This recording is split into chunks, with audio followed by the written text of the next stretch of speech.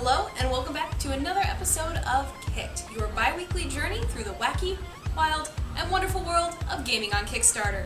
We've got 4 new games to talk about this week. I'm your host, Amy Elyse Brighter, and without any further delay, let's get started. Our first game this week is called Crowfall. It is a Throne War MMO trying to combine strategy games with the classic MMO genre. Basically, what happens with a lot of strategy games is you discover quickly that power eventually becomes unbalanced and it only becomes fun to play for those who retain that kind of power. What Crowfall is trying to do is give you persistent, continual characters, but a constantly resetting world. Each server is one world and it will go through different seasons, getting progressively harder as the seasons wear on. However, once the game has cycled through all 4 seasons, the world will be reset every 1 to 3 months or when a particular win condition is met. Players will be able to keep their character and loot, and of course, as the worlds faded out of existence, they may win, they may lose, and the things they take away will vary depending on the difficulty of the world.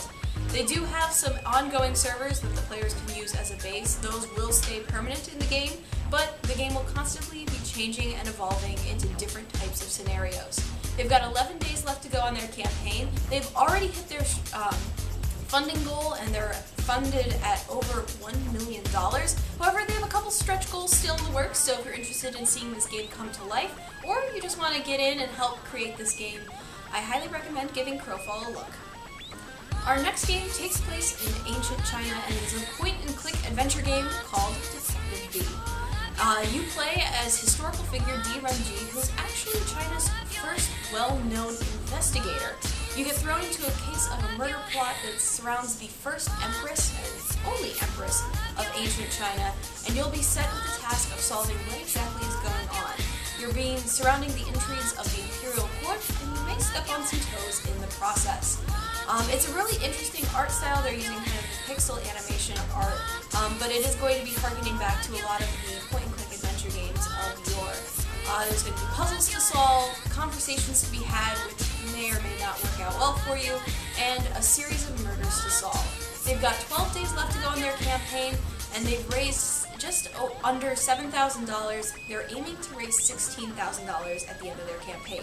So if you love point-and-click adventure games, or maybe just ancient China, you might want to give this game a look. Our next game is a sequel to another Kickstarter-backed RPG called Legends of Dawn. This is Wave of Darkness. Wave of Darkness is a non-linear exploration RPG where you're going to be fighting against a dark force, slowly snuffing out the powerful centers of this world.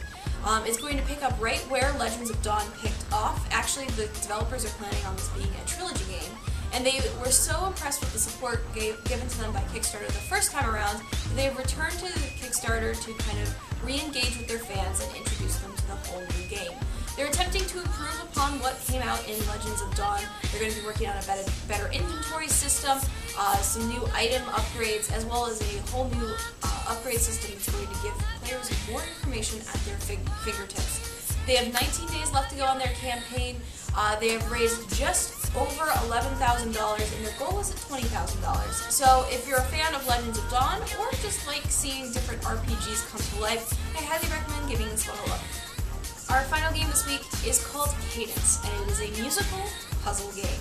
Each level is a set melody that you're going to have multiple different ways to solve. Each way you solve it will create a different tune. As the player, you'll be able to manipulate this tune in different ways through a variety of synthesizers that have been built into the game.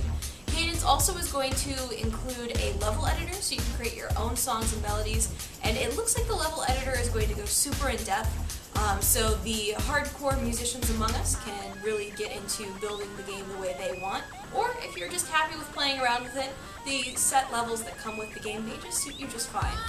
The game has a beautiful minimalist art style, and your goal is simply to create an endless loop of music that's going to be playing throughout your game.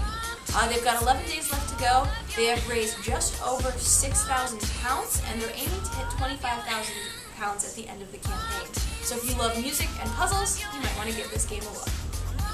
Well guys, that's all the games I have for you this week, but I highly recommend if there's a game you'd like to see me cover in a future episode, you can leave me a comment below, or you can always find me on Twitter. All of that information is in the description below. Also, below the video, you can find links to all the campaigns I covered this week, as well as links to Invisible Gamer, the site that I produced this show with. You can check out our website at invisiblegamer.net for games, reviews, news, and all sorts of other fun features. So thanks for watching, guys, and I'll see you in 2 weeks.